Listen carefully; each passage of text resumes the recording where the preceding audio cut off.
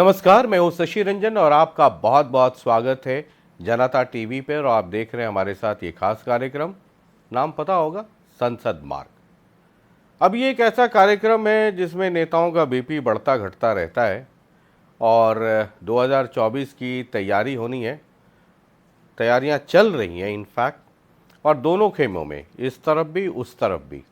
उस तरफ कहने का मतलब एक इंडिया INDIA गठबंधन बन गया, कई सारी मीटिंग्स हो गई, लेकिन उसका भविष्य क्या है और 2024 तक इकट्ठा रह पाएंगे नहीं रह पाएंगे, सीट शेयरिंग को लेकर के अभी से सर फुरवर्ल्ड की स्थिति बनी हुई है।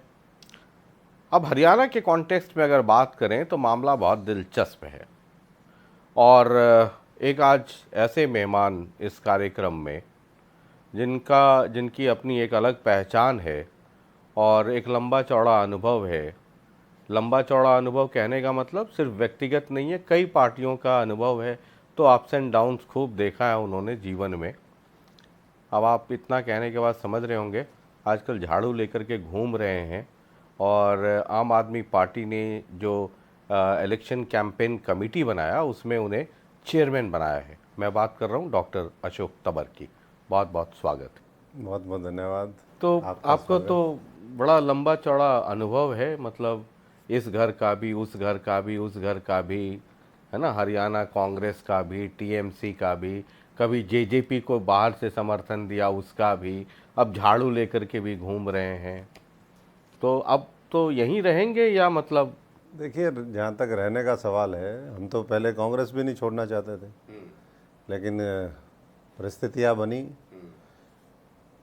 मेहनत करने के बाद, ईमानदारी वफादारी से सेवा करने के बाद, संघर्ष करने के बाद अगर उस चीज़ की कदर नहीं है और वहाँ पर जलालत झेलनी पड़े, वहाँ पर शोषण करने वालों के सामने सरेंडर करना पड़े, तो मैं समझता हूँ कि ऐसी जगह। अच्छा, वहीं गर्दन वहीं टूटी थी ना कांग्रेस में?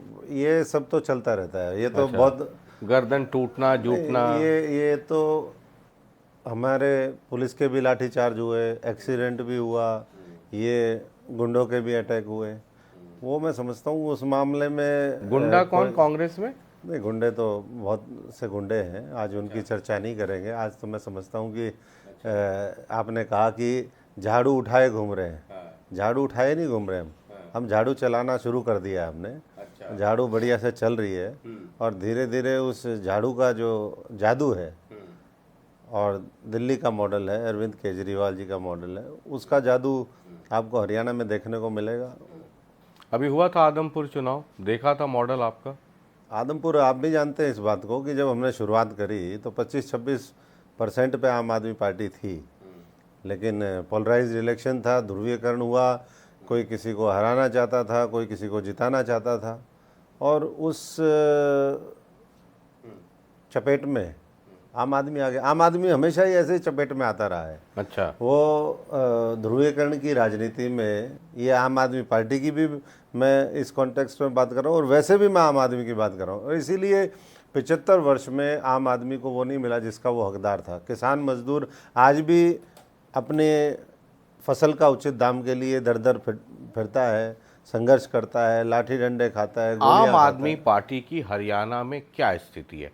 वक्त अब बहुत ज़्यादा नहीं है, एक लोकसभा चुनाव है, उसके बाद विधानसभा चुनाव है, और फॉर्चुनेटली दिल्ली और पंजाब दो जगह आपकी सरकार है और थंपिंग मेजॉरिटी से है, और हरियाणा एक तरफ पंजाब से है घिरा हुआ, एक तरफ छोटा हिस्सा यूपी का बॉर्डर लगता है, एक तरफ राजस्थान लगता है, वरना तीन तरफ तो दिल्ली को हरियाणा नहीं घेरा हुआ है, उधर से पंजाब है। तो इतना ज़्यादा, मतलब हरियाणा के दोनों तरफ दिल्ली और पंजाब, जहां आपका जलवा है थंपिंग मेजॉरिटी से जीते, लेकिन उसका वाइब्स या उसका असर हरियाणा में उतना नहीं दिख रहा है जितना आप सोच रहे थे।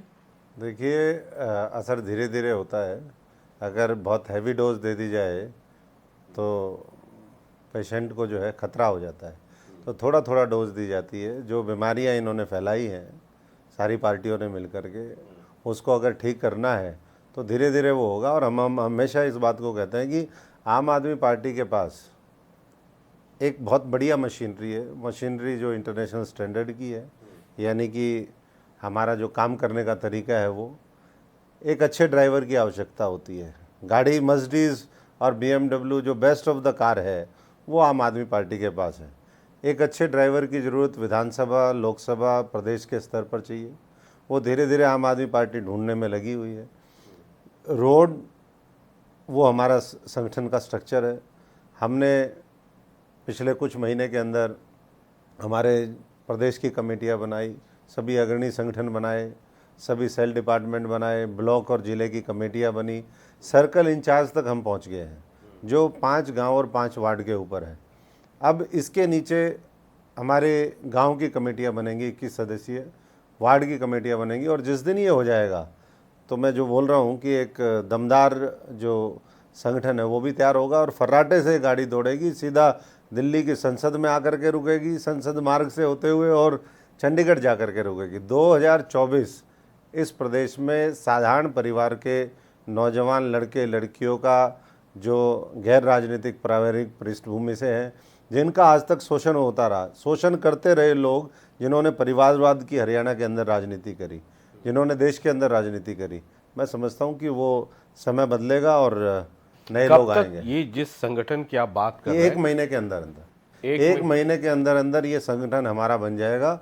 और जिस दिन हमारा ये संगठन बनेगा, मुझे नहीं लगता कि कोई संगठन को पकड़ भी पाएगा, क्योंकि हम इतने आगे जब तक पहुंच चुके होंगे और दलों के मुकाबले, वो इसकी कल्पना भी नहीं कर सकते। और इसीलिए हमने पहले बिजली आंदोलन किया, घर घर झंडे लगाने का कार्यक्रम किया, आम आदमी का सदस्यता अभियान चला, 20 लाख से ऊपर हमारे सदस्य बने, और अभी जो परिवार जोड़ो है, आम आदमी पार्टी हर घर घर तक पहुंचने का काम लगे हुए हैं। और मैं ये बड़ी जिम्मेदारी और गंभीरता के साथ ये कह सकता हूँ कि हरियाणा में ऐसा मास कॉन्टैक्ट प्रोग्राम जिसमें इतने लोगों तक पहुंचने की किसी पार्टी की मंशा हो, उनका दर्द सुनने की इच्छा हो, उनका समाधान करने के लिए जज्बा हो, ये कोई और पार्टी ने पिछले 3-4 दशक में नहीं किया। उससे पहले का मैं नहीं कह सकता कि किसी ने किया होगा। आप कांग्रेस में भी रहे हैं, आजकल आप कहते हैं कि कांग्रेस के वाले नर्क से मैं निकल आया, बाकी आप लोग भी निकलो। तो जो आप भी एक ज़माने में कांग्रेस के प्रदेश अध्यक्ष रहे हरियाणा में, आपके बाद शैलजा जी रहीं, आजकल उदय भान जी हैं। जरा सुनिए उदय भान जी क्या कह रहे हैं आपके बारे में।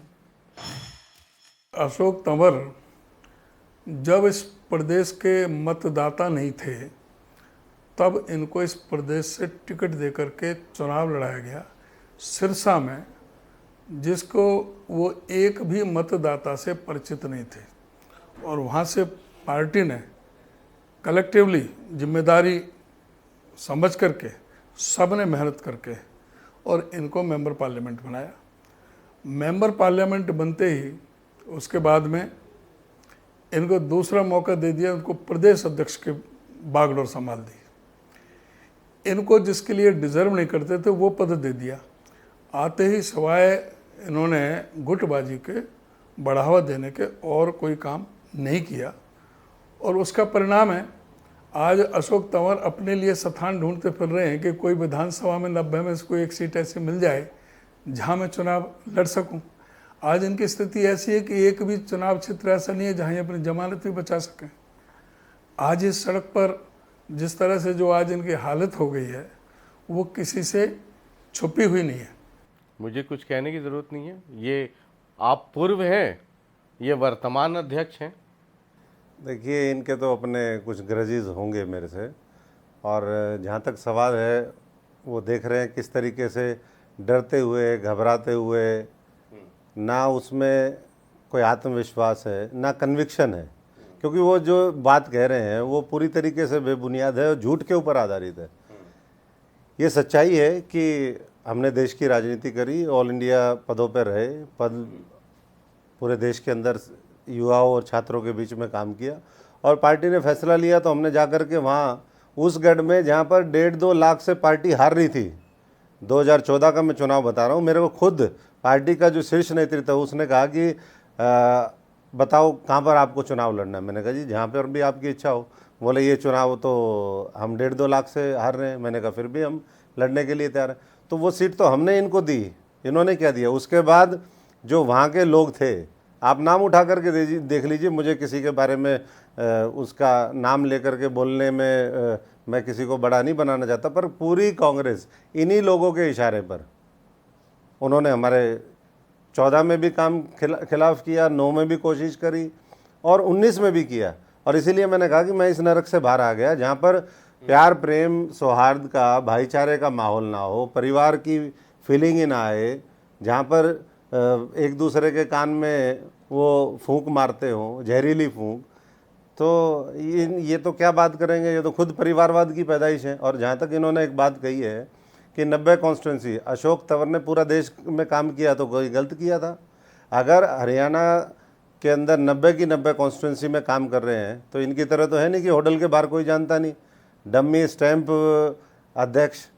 तो ऐसे वो तो खुद बोलते हैं कि मेरे पास तो मोहर है और जहाँ वो फलाना बोल देगा मैं वहाँ लगा दूंगा, मेरे पास कुछ भी नहीं है। अरे ऐसे नकली आदमी अगर हमारे बारे में बोलेंगे तो मैं समझता हूँ कि ये तो थोड़े से सम्मानित हैं, इसलिए मैं उम्र की दृष्टि से छोड़ रहा हूँ, बकच रहा हूँ। अगर और कोई होता तो अभी बताता मैं। मतलब क्या बताता कि कितने नकली हैं कुछ ऐसे लोगों का जिनके खुद जनाधार नहीं, वो हमारे बारे में बोल रहे हैं। हमने तो अपना संघर्ष करके हर कॉन्स्टिट्यूंसी में हजारों वोट इकट्ठे किए हुए हैं जो अशोक तंवर के साथ है। ये जो आप कहते हैं ना कि कांग्रेस नर्क है, मैं बाहर आ गया, अब आप लोग भी बाहर आओ, तो जो आपसे बेइंतहा इश्क करने वाले लोग हैं वो ये कहते हैं कि चूंकि आम आदमी पार्टी में नेताओं का टोटा है, गिन लीजिए, मतलब एक फिंगर पे मतलब पूरी नहीं होगी। आम आदमी पार्टी को ऐसे नेताओं की जरूरत ही नहीं है। इसलिए कांग्रेस, आम आदमी पार्टी को ये गरज है कि भाई कोई आ जाए, मतलब कांग्रेस से आ जाए, नेता है नहीं तो कोई आ जाए जिसका सहारा मिले। मैं तो पहले भी आम आदमी था, आज भी आम आदमी हूँ। आम साधारण परिवार से निकल करके हम आए हैं। लेकिन ये जो खास लोगों की पार्टी है जिसमें खास लोगों की सुनी जाती है, उन्हीं का वो आगे, उन्हीं को ही आगे बढ़ाया जाता है। तो मैं समझता हूँ कि ऐसा जो मामला है वो यहाँ आम आदमी में नहीं है। यहाँ तो टोटा नहीं, यहाँ ज़रूरत ही हमारे जैसे लोगों की है जो मेहनत करने वाले हो, संघर्ष करने वाले हो, समर्पित भाव से इस देश को आगे बढ़ाना चाहते हो। उनके अंदर भ्रष्टाचार का कई पीढ़ियों का खून यहाँ आवश्यकता नहीं, और यहाँ लीडर अपने आप तैयार हो जाते हैं। और पंजाब के अंदर, दिल्ली में आपने देखा कि कई पीढ़ियों से कई बार जो मुख्यमंत्री रहे, बड़े बड़े पदों पर रहे, उनका सबका सफाया हो गया। हरियाणा में भी वही होगा। हमें नहीं ज़रूरत है कोई बहुत बड़े बड़े लीडर्स की, लेकिन उनका जज्बा होना चाहिए, वो प्रदेश के लिए, लोगों के लिए समर्पित हों, उसके बारे में सोचे। अगर ये लोग सोचने वाले होते तो आज हरियाणा के हालत बहुत दूसरे होते। अब ये बताइए कि जो आपकी ये मोहब्बत है ना, ये आम आदमी पार्टी की कांग्रेस से मोहब्बत है, दूसरी तरफ आप दिल्ली में, पटना में, मुंबई में, बेंगलुरु में मीटिंग करते हैं, गठबंधन बनाएंगे, INDIA इंडिया बनाएंगे। ये कैसे संभव होगा? जब मतलब कहाँ से सीट शेयरिंग हो जाएगी, कैसे वो इक्वेशन बनेगा, कैसे आम आदमी पार्टी अगर अलायंस हो गया, सीटें मिल गई, तो कांग्रेस के लिए किस मुंह से आप वोट मांगेंगे, कांग्रेस वाले किस मुंह से आपके लिए वोट मांगेंगे? देखिए, जहाँ तक अलायंस का सवाल है, गठबंधन का, वो देश के स्तर पर है। संविधान, लोकतंत्र, 140 करोड़ लोगों की लड़ाई कैसे लड़के इस देश को कैसे नंबर 1 दुनिया में बनाया जाए, उसके लिए है। और अगर यहाँ के लोग अगर उस चीज़ को समझते हैं, लीडरशिप की भावना, या तो ये हाईकमान को नहीं मानते, या इनको हाईकमान की भावना का पता नहीं है, या हाईकमान इनको बताता नहीं है कि आपका बिहेव कैसा होना चाहिए। हमारी हाईकमान जो बोलती है, हम हमेशा अनुशासित सिपाही की तरह, चाहे कांग्रेस में थे तब भी हमने ऐसे लोगों को झेला जिनको हम 1 मिनट नहीं झेलते। और आज भी मैं ये कह रहा हूँ कि अगर इसी तरीके से करते रहेंगे तो बहुत अंधकार में भविष्य है। ये जो कह रहे हैं कि 90 की 90 सीटें हम ढूंढ रहे फिर हैं, इन्होंने तो सारी लड़ी सीटें, पिछली बार भी लड़ी, उससे पिछली बार भी लड़ी, फिर कहाँ गए? यूपी में भी लड़ते हैं, बिहार में भी लड़ते हैं। भूपेंद्र सिंह हुड्डा कहते हैं कि हरियाणा में कांग्रेस सक्षम है खुद से, और आम आदमी पार्टी या दूसरे की ज़रूरत नहीं है। और आम आदमी पार्टी के बारे में पूछते हैं कि उनका है क्या, वजूद क्या है, मतलब उनके पास है कितना वोट है। एक वो आदमपुर का एग्जाम्पल देते हैं, और पिछले बार भी आप लोग चुनाव लड़े थे लोकसभा, वो उसका भी जिक्र करते हैं। बोलते हैं कि कोई आधार हो ना किस आधार पे गठबंधन किया जाए, किस आधार पे सीट शेयरिंग? आधार पर तो सीट शेयरिंग अगर पंजाब में है, हमारा आधार है, दिल्ली में आधार है, ये तो आदान प्रदान होगा सीटों का। कहीं अगर वो कमज़ोर हैं, इसका मतलब जहाँ पर आप कमज़ोर हैं वहाँ तो आपको आम आदमी के पिगी बैक बनना है, पद्दी पे बैठ करके विधानसभा और संसद में पहुँचना चाहते हैं, जहाँ आप कंपैरेटिवली दिखने में, आज दिखने में, क्योंकि पिछली बार तो आम आदमी पार्टी ने वैसे प्रयास कभी किए ही नहीं जैसे इस बार हरियाणा में है। तो आप कह रहे हैं कि यहाँ के क्या आधार, जमानतें तो आपकी भी जब्त हुई 2014 में जब रिजल्ट आए, 15 सीटें आई, तो उसके बाद तो फिर आपका आधार आगे का होना ही नहीं चाहिए था कुछ काम करने का, वो तो काम हमने किया था। तो मैं समझता हूँ कि जहाँ ईगो को क्लैश हो रहा हो उसको थोड़ा सा त्यागना चाहिए लार्जर इंटरेस्ट में। इसी गलतफहमी की वजह से जो है वो 14 में साफ हो गए, उसी गलतफहमी की वजह से 2019 में साफ हुए और अभी भी साफ हो रहे हैं। और जो लोग कह रहे हैं कि हम सक्षम हैं, उसके आगे फिल इन द ब्लैंक्स है। हम सक्षम हैं अकेले हारने में। सुन लीजिए, हाँ, बिल्कुल सुनेंगे। हाँ। मैंने कहा था कांग्रेस सक्षम है, आज भी सक्षम है, क्योंकि आम आदमी पार्टी अभी बाई इलेक्शन लड़े थे, 3000 वोट आई। भाई कोई आधार तो होना चाहिए ना किसी पार्टी का, जब भी तो उसका होगा, तो उस हिसाब से होगा, फैसला होगा जो गठबंधन का। सुन लिया आपने? बिल्कुल सुन लिया। तो दिल्ली में आप किस मुंह से मांग रहे हैं टिकटें, पंजाब में किस मुंह से मांग रहे हैं, दूसरे प्रदेशों में क्यों वो कर रहे हैं? इसलिए मैंने कहा कि एलनाबाद पीछे हारे, उसमें भी जमानत जब तो आम आदमी कांग्रेस पार्टी की हुई। फिर ये एक चुनाव से अगर हम आकलन करेंगे किसी भी आगे फ्यूचर के गठबंधन का या किसी भी पार्टी के आकलन का, और यही गलतफहमियां कांग्रेस करती रही है आम आदमी पार्टी के संदर्भ में। 2013 में किसी ने सोचा नहीं था कि इस तरीके से नतीजे आएंगे, हल्के में ले लिया, झाड़ू चल गई। फिर 15 में चली, 67 सीटें आई 70 में से। ऐसा तो पिछले अगर हम उठा करके देखें 30-40 साल की राजनीति में 84 के बाद कोई ऐसा प्रदेश और देश का अगर जनादेश देखें तो कभी ऐसी सफाई नहीं हुई होगी जैसे दिल्ली और पंजाब में आम आदमी पार्टी कर रही है। और इसीलिए मैंने कहा कि आम आदमी पार्टी के पास मर्सिडीज कार है, बढ़िया ड्राइवर हैं, स्मूथ ऑर्गेनाइजेशन स्ट्रक्चर बनाने में लगी हुई है।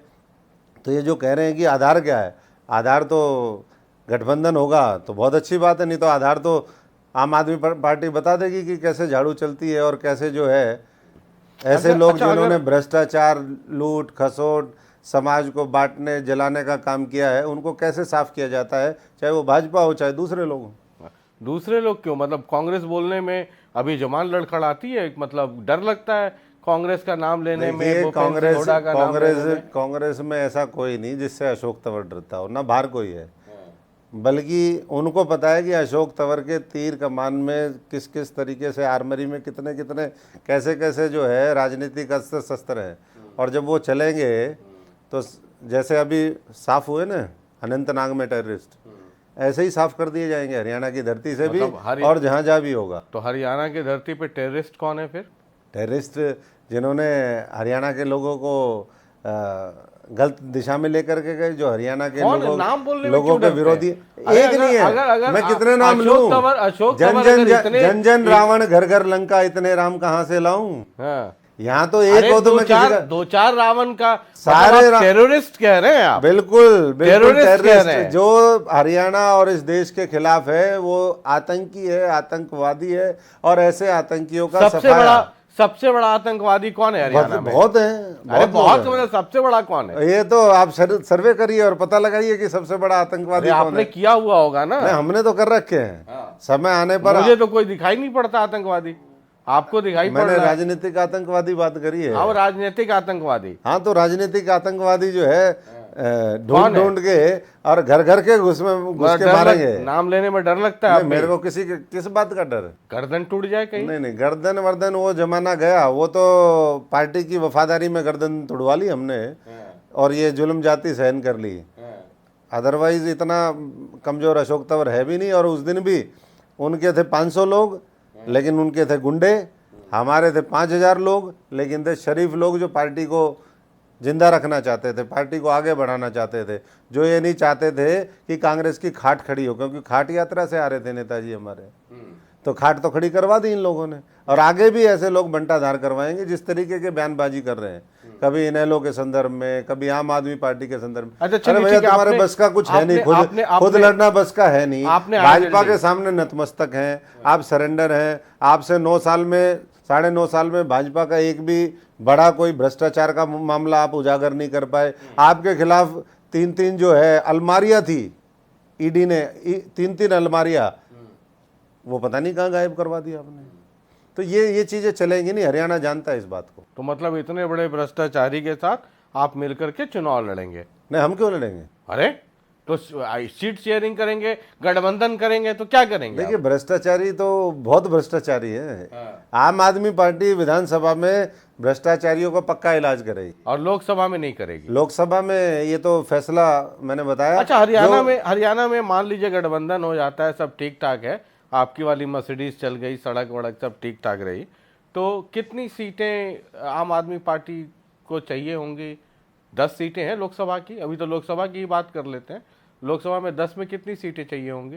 देखिए, मैंने बताया ये एक पूरा कॉम्बो है, पैकेज कॉम्बो है, पैकेज है, एक पूरा बाकी स्टेट में किस तरीके से होगा उसके हिसाब से तालमेल ये पार्टी में। फिर भी एक सम्मानजनक, या आपको लगता है जो हरियाणा का परिप्रेक्ष्य है? सम्मानजनक, देखिए कांग्रेस 10 की 10 हारी हुई है, 1-2 सीटों पे अकेले थोड़ा बहुत मजबूत स्थिति में, 1-2 पे ये, उससे ज्यादा नहीं है। तो मतलब बाकी 8-9 सीटें हैं, उसमें से आधी आधी करो।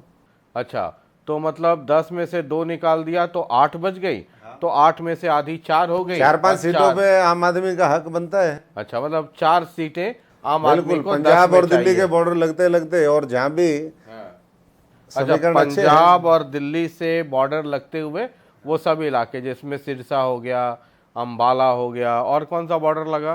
कुरुक्षेत्र हो गया, कुरुक्षेत्र गुड़गांव हो गया, फरीदाबाद हो गुड़गांव गया, हो गया। रोहतक हो गया, सोनीपत हो गया। अच्छा, तो इनमें से जो भी सीटें बनती हैं, हाँ, जो वो लड़ नहीं सकते हैं, हाँ, मतलब उनके 4 उम्मीदवार सीटें नहीं चाहिए। हैं। बिल्कुल, मैं समझता हूँ कि 4 से 5 सीटें आम आदमी तो बराबर की बात करेगी।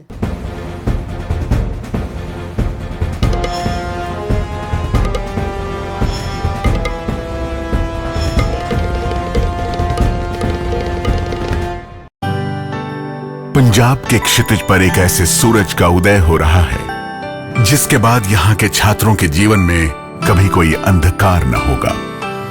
स्कूल ऑफ एमिनेंस, मुख्यमंत्री भगवंत सिंह मान का एक अतुलनीय सपना, एक ऐसा स्कूल जो गरीब बच्चों को भी वर्ल्ड क्लास सुविधाएं देगा, उन्हें ऐसे अवसर प्रदान करेगा कि वो आकाश की ऊंचाइयां छू सकें। Main motto of School of Eminence is to inspire, to innovate and to initiate. हर एक माँ बाप ये चाहेगा और हर एक माँ बाप की ये दिली ख्वाहिश होगी कि वो अपने बच्चों को School of Eminence में दाखिला करवाएं। ऐसे 1-2 नहीं, 117 स्कूल होंगे जहां बच्चे खुलकर अपनी प्रतिभा को जी सकेंगे, अपने सपनों को आकार दे सकेंगे। स्कूल ऑफ एमिनेंस में क्लास 9th से ही प्रतिभाशाली बच्चों को उनकी योग्यता और रुचि के अनुसार प्रोफेशनल कोर्सेज जैसे medical, engineering, civil services, law और एनडीए की तैयारी कराई जाएगी। ये बच्चों के लिए, बच्चों के ब्राइट फ्यूचर के लिए एक गेम चेंजर का काम करें। यही नहीं, यहाँ बच्चों के संपूर्ण व्यक्तित्व के विकास पर भी जोर दिया जाएगा, ताकि जब ये यहाँ से बाहर जाएं तो अपने पंजाब और अपने देश के लिए अमूल्य संपत्ति साबित हो। स्कूल ऑफ एमिनेंस, पंजाब की शिक्षा क्रांति का आधार।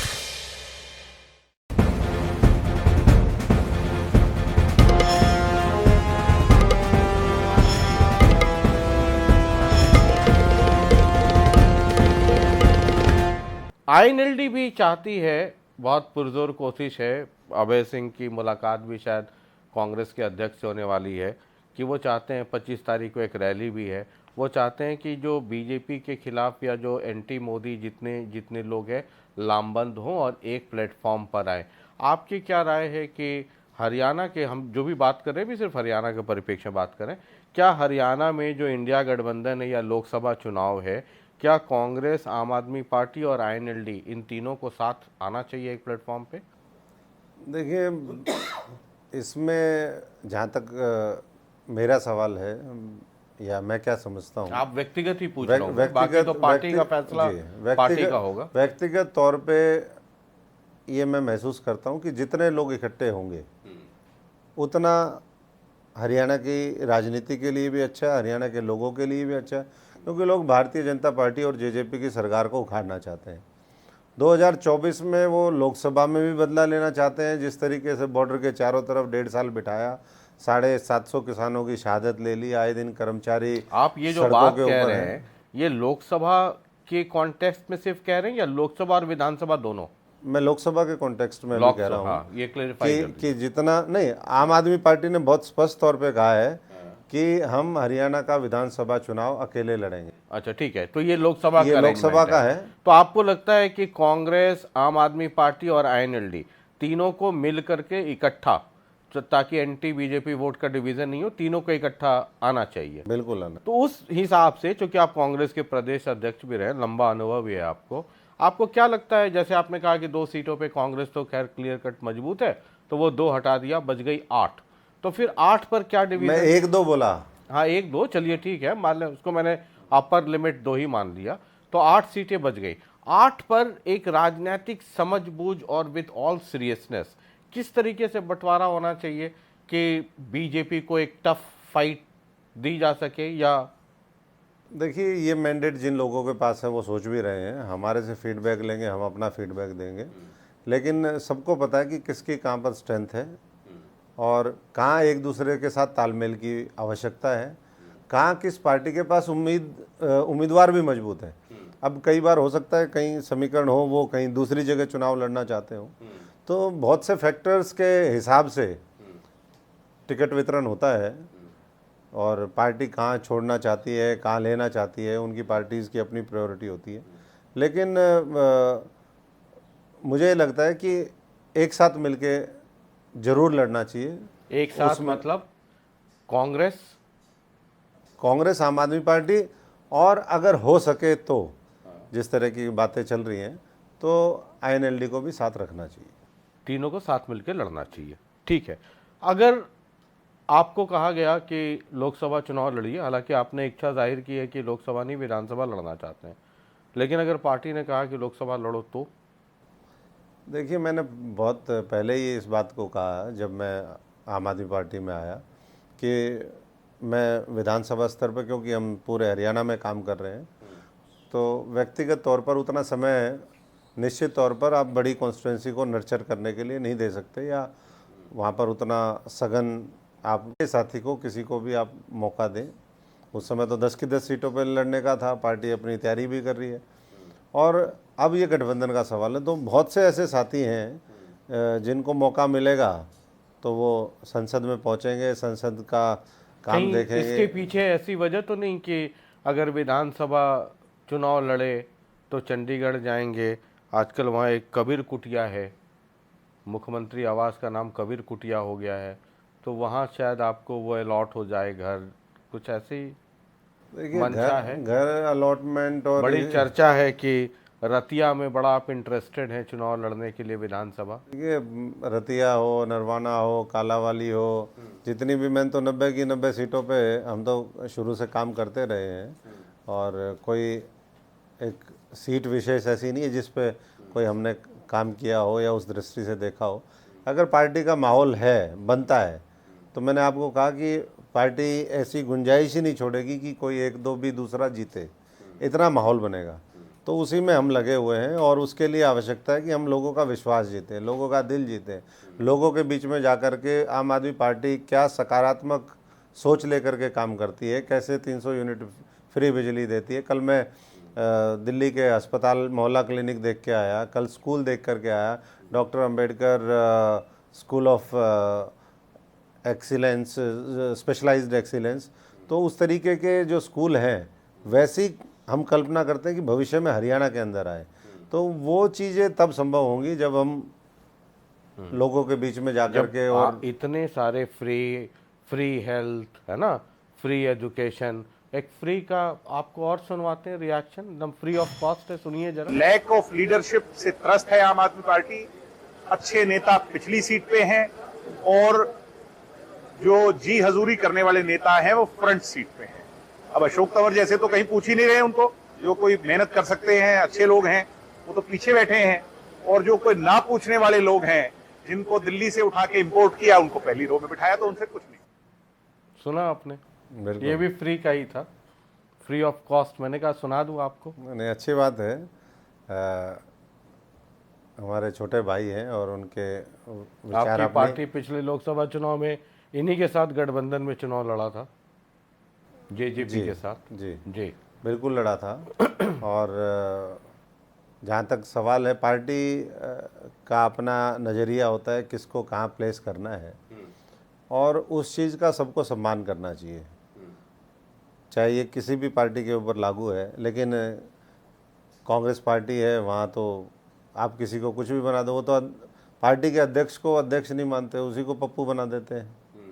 दूसरी तरफ और जो पार्टियां हैं उसका भी मुझे नहीं कहना, लेकिन आम आदमी पार्टी में मैं इतना कह सकता हूँ कि आपके मेहनत के आधार पर, आपकी योग्यता के आधार पर, आप लोगों में कितने लोकप्रिय हैं, उसके आधार पर वो करते हैं। और मैं तो अध्यक्ष जब 6 साल रह लिया मोटा मोटा एक पार्टी का, तो उसमें तो कोई ऐसा नहीं।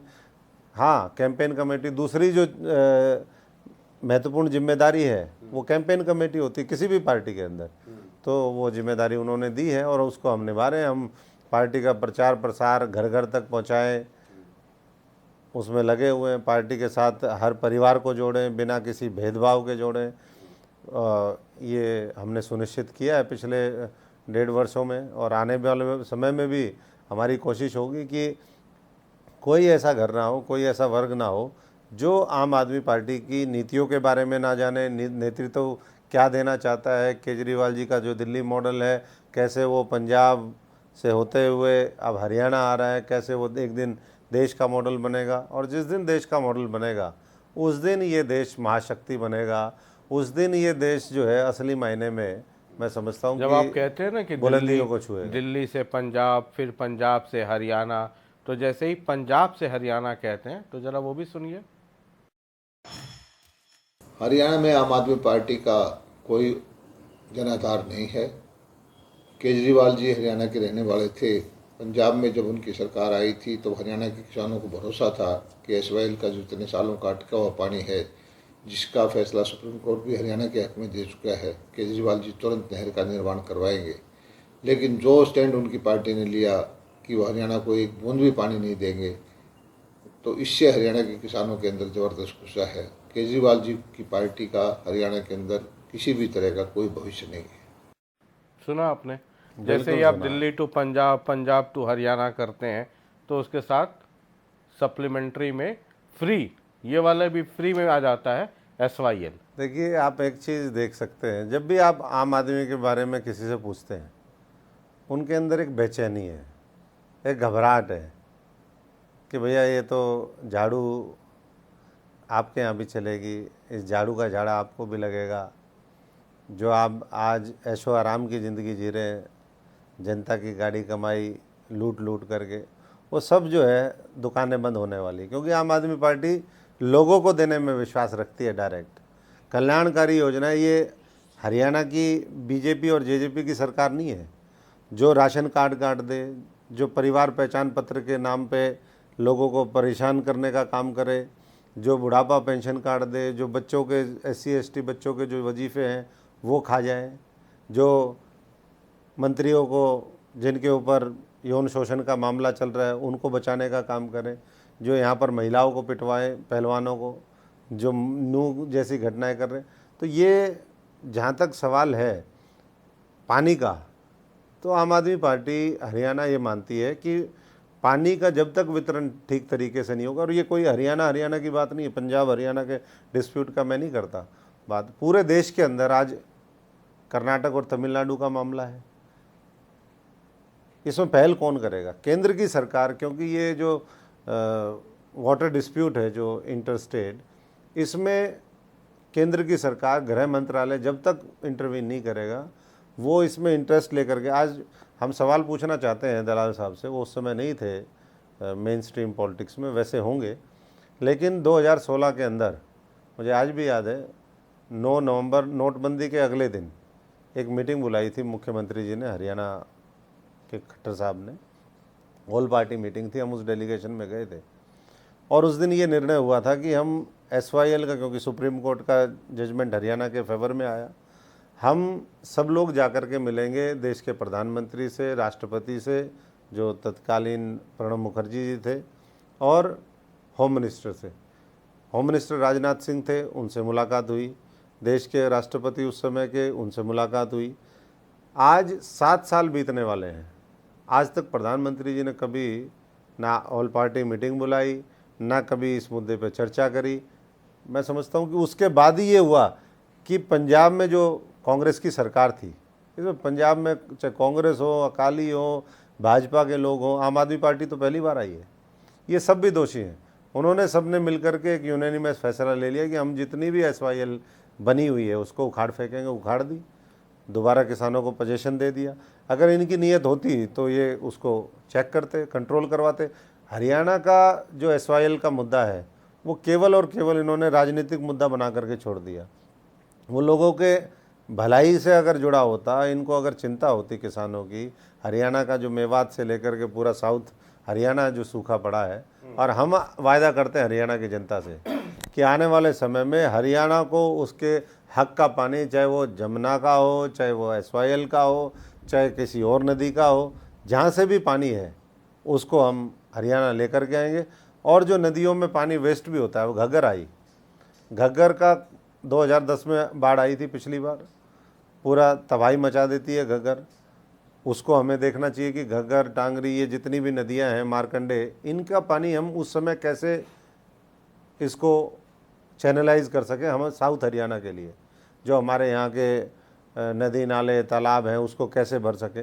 तो उसके ऊपर काम होना चाहिए, उसके ऊपर तो काम नहीं होता, उसके ऊपर राजनीति होती है। एक डिजिटल को लेकर के आप लोग बड़ा हायतौबा मचाते हैं, धरना प्रदर्शन चलता है कि ये कट गया, वो कट गया, लेकिन आपकी पार्टी भी तो डिजिटल का बहुत सहारा लेती है। मुझे याद है कि जब कांग्रेस की सरकार थी दिल्ली में और CNG का शीला दीक्षित जी ने किया था तो बड़ा विरोध होता था। आज हर आदमी CNG की गाड़ी ले रहा है, अब तो इलेक्ट्रिक व्हीकल ले रहा है। तो अगर कोई पोर्टल आ रहा है, हो सकता है ऑपरेशनल दिक्कत हो। मैं बड़ा गंभीरता से ये पूछना चाहता हूँ कि हर मसला राजनीतिक नहीं हो सकता। आपकी पार्टी भी डिजिटल प्लेटफॉर्म का बहुत ज़बरदस्त तरीके से इस्तेमाल करती है, फिर हरियाणा में उस डिजिटल प्लेटफॉर्म का विरोध क्यों है? या तो उसको ऑपरेशनल कोई दिक्कत है, उसको ठीक कराना पे आता हूँ। हमारे जो पार्टी के मुखिया हैं अरविंद केजरीवाल जी, वो IIT से पढ़े हैं, टेक्नोलॉजी को समझते हैं, साइंस का अच्छे से इस्तेमाल करते हैं। अब IT आ गया तो उसका भरपूर इस्तेमाल हो रहा है दिल्ली के अंदर। बिल्कुल ठीक कहा आपने। कल मैं मोहल्ला क्लिनिक में गया तो 3-4 लोगों का जो स्टाफ है, सबसे पहले नर्स वो एंट्री करती है, एक कि इस आदमी का प्रोफाइल क्या है, उसमें पूरा डिटेल आ जाता है। टैब है उनके पास, सबके पास 3 टैब एक जगह देखे हमने। उसके पास वो डॉक्टर के पास जाते हैं तो ऑरेंज कलर आ जाता है, पहले रेड होता है जब एंट्री होती है, फिर ऑरेंज आता है कि डॉक्टर ने देख लिया। फिर वो फार्मासिस्ट के पास पैरेलल रजिस्ट्रेशन होगी, वो होते ही ग्रीन हो जाता है, यानी कि दवाई मिल गई। और एक व्यक्ति किसी भी प्रदेश का, कोई ज़रूरी नहीं कि वो दिल्ली का हो, किसी भी प्रदेश का है, OPD के लिए वो वहाँ पर आता है। 550 मोहल्ला क्लिनिक आज दिल्ली के अंदर ऑपरेशनलाइज है। अभी उसके ऊपर एक स्ट्रक्चर और लेकर के आए जो 150 नए पॉलीक्लिनिक बनाने का काम किया है, और फिर उसके ऊपर वो है। यही तो चीज अगर खट्टर साहब कर रहे हैं तो फिर दिक्कत क्या है? यही मैं आपको कहना चाह रहा हूँ कि खट्टर साहब उसको नहीं कर पा रहे। एक याशी कंपनी है, उसको ठेका दिया, उसने सारी गड़बड़ कर दी। जितने भी लोगों को काम दिए वो ऐसी कंपनियों को दिए जो सरकार के जो नुमाइंदे हैं, उनके चहेते लोग हैं या उन्हीं की कंपनियां हैं, और उन लोगों को काम करना नहीं आता।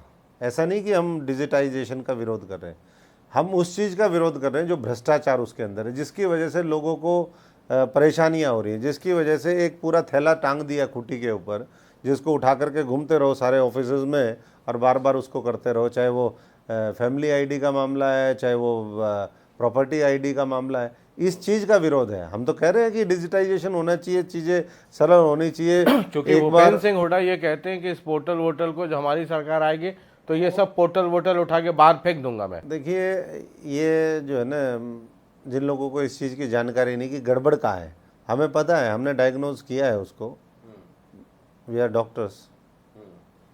तो डॉक्टर को पता है कि बीमारी कहाँ है, और जहाँ बीमारी है, हम ये नहीं कि बीमारी हाथ में है तो हाथ को काट दो, थोड़ी सी बीमारी है उसको ठीक कर देंगे हम, नाड़ी पकड़ेंगे, वैद्य दोनों तरह का, एलोपैथी, होम्योपैथी, सारी यूनानी, सारी दवाइयाँ देंगे, और इस हरियाणा को जो है हम बेहतर तरीके से स्वस्थ माहौल में आगे लेकर के जाएंगे। ठीक है, एक आखिरी सवाल चलते चलते ये कि ये जो आप कह रहे हैं ना कि आप डॉक्टर हैं, नाड़ी पकड़ लेते हैं, इलाज कर लेते हैं, तो हरियाणा की नाड़ी पकड़ पाए आप?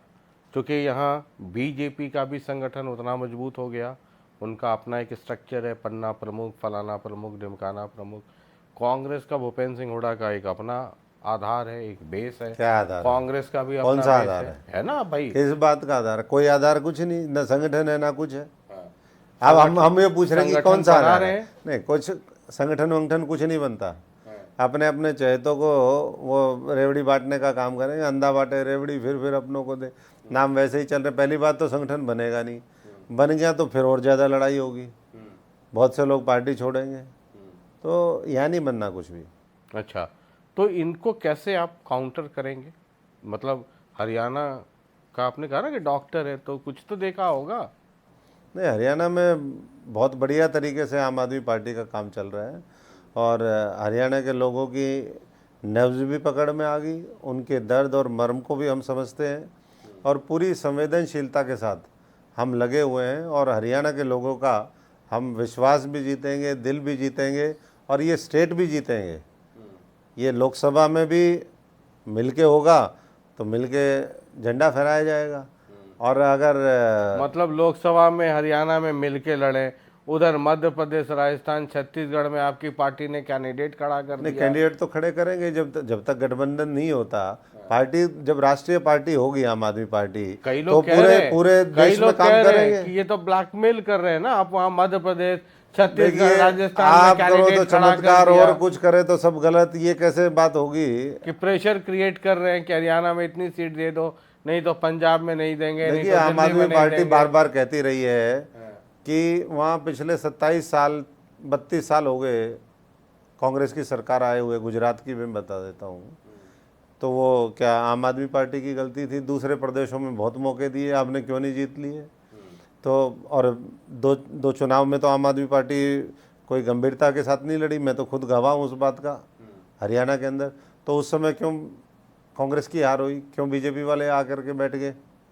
बीजेपी को बैठाने वाले खुद ये लोग हैं। कई लोग ये कहते हैं कि अगर आम आदमी पार्टी का ग्राफ बढ़ा तो आम आदमी पार्टी चाहे दिल्ली हो या पंजाब हो या गुजरात हो, जहां भी उसका दोनों का इलाज करेगी कांग्रेस, बीजेपी दोनों का इलाज करेगी। जहां रहा, आप तो कांग्रेस का ही इलाज कर देते हैं ना। हमने दोनों, कांग्रेस को आप खा लेते हैं, उसका वोट आप ले जाते हैं। तो दिल्ली में कांग्रेस दोनों का बजा रही है, दोनों का गा रही है, पंजाब में आपने खत्म कर दिया कांग्रेस को, तो आपसे भूपेंद्र सिंह हुड्डा क्यों समझौता कर लें? फिर आप उनको खा लेंगे। हम आपके लॉजिक से ही बात मान लेते हैं कि हम कांग्रेस का वोट खाते हैं। आप ये बताइए कि कांग्रेस की कभी 67 सीटें दिल्ली में आई थी? इसका मतलब कोई दूसरा वोट भी ऐड हुआ होगा, बीजेपी का भी हुआ होगा, न्यूट्रल वोट भी ऐड हुआ होगा, उसके बाद 67 सीटें आई। पंजाब में लंबे समय के बाद इतना बड़ा मैंडेट दिया।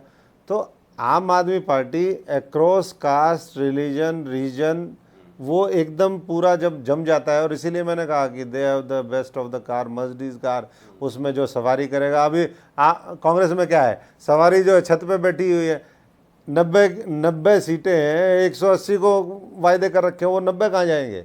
अच्छा, वो सब आ जाएंगे आम आदमी पार्टी में? आपको तो ऐसे नहीं आएंगे, उसको जो अच्छे होंगे उनको लाया जाएगा। अच्छा ठीक है, कई लोग ये भी कहते हैं, जो पॉलिटिकल एनालिस्ट है वो कहते हैं कि जो काम आप लोगों ने गुजरात में किया कांग्रेस के साथ, कि अगर आम आदमी पार्टी का ग्राफ बढ़ा, इसका मतलब बीजेपी पावर में आएगी, या आप इंश्योर कराएंगे, क्योंकि एंटी बीजेपी वोट का डिवीजन होगा। देखिए, ऐसा नहीं होगा। हमने दिल्ली का उदाहरण दिया, दिल्ली में आ गई क्या बीजेपी? कॉरपोरेशन में भी ये नहीं हटा पाए थे जब दिल्ली में सरकार कांग्रेस की हुआ करती थी। कॉरपोरेशन से बाहर किया, असेंबली से 3-3 बार बाहर किया, और अब जो है लोकसभा से बाहर इस बार आम आदमी पार्टी दिल्ली में भी करेगी, पंजाब में भी करेगी, हरियाणा में भी अरे करेगी। किसको किया? दिल्ली में आपने दोनों को कांग्रेस को किया, कर दिया ना दोनों बाहर। को बाहर किया, दोनों को ही किया। अरे बीजेपी को बाहर किया on the cost of Congress. तो एक बार बताइए, कांग्रेस लड़ना नहीं मतलब चाहती, बीजेपी को हाफ कांग्रेस किया, लड़ने में कांग्रेस को सक्षम साफ, बीजेपी को हाफ किया, कांग्रेस को साफ किया, और आप आ गए। तो मतलब आप चाहते हैं कि मतलब कबूतर मारने के फेरे में भूपेंद्र सिंह हुड्डा अपने घर में बिल्ली घुसा लें। बिल्ली नहीं, ये सवा शेर है, शेर है। ये तो घुस चुके हैं, घुसना कहा था वहीं तो है। अभी एक सज्जन का मैं देख रहा था, वो बोल रहे थे कि अरविंद केजरीवाल जी हरियाणा के हैं लेकिन बाहर रहते हैं। अरे भाई, दिल्ली के अंदर देश की राजधानी में आकर के हरियाणा का इतना मजबूत लट गाड़ करके झंडा गाड़ दिया, ये गर्व की बात होनी चाहिए हरियाणा के लिए। और इनके कितने नेता, सारे तो दिल्ली में रहते हैं, कौन सा ऐसा हरियाणा का। मैं एक बार यूथ कांग्रेस की कमेटी बना रहा था, तो मैंने ऐसे ही लॉजिक में कुछ बात कर दी, तो बोले तो हम भी तो सारे यहीं रहते हैं, उनमें से कौन सा हरियाणा रहने वाला है बताइए, ये सारे लोग तो यहीं डेरा डाले हुए हैं। तो इनका हरियाणा में ना मन है, ये तो हरियाणा लूटने जाते हैं। चलिए, तो इसलिए ऐसे लुटेरों से सावधान होइए।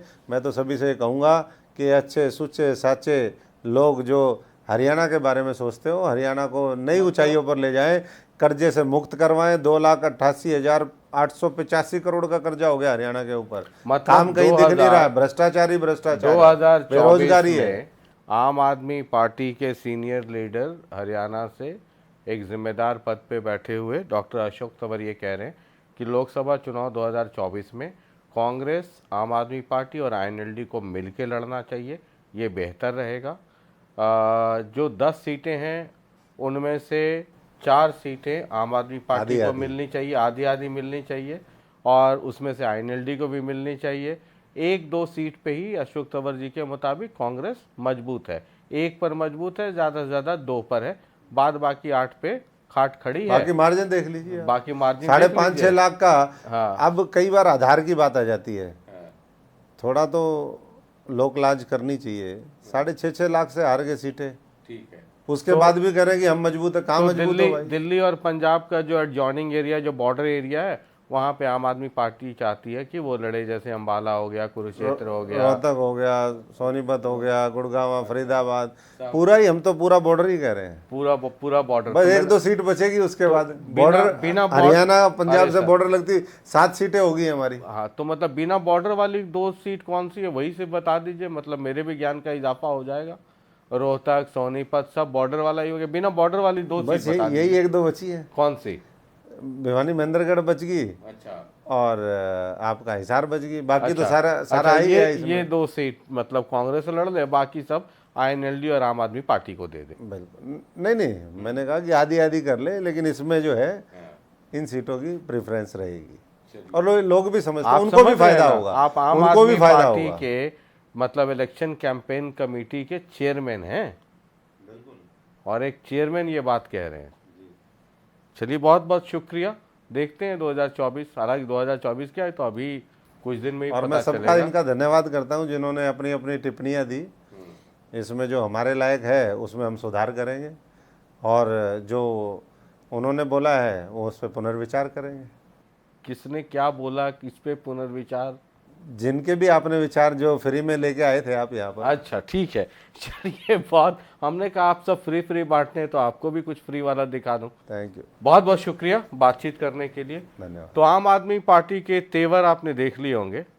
डॉक्टर अशोक तंवर है, आम आदमी पार्टी के इलेक्शन कैंपेन कमेटी के चेयरमैन है हरियाणा में, और कह रहे हैं कि कांग्रेस अपना पिछला रिकॉर्ड देख ले, 6 लाख 6.5 लाख वोट से हारने वाली सीटें हैं, वो उस पर भी विचार कर ले।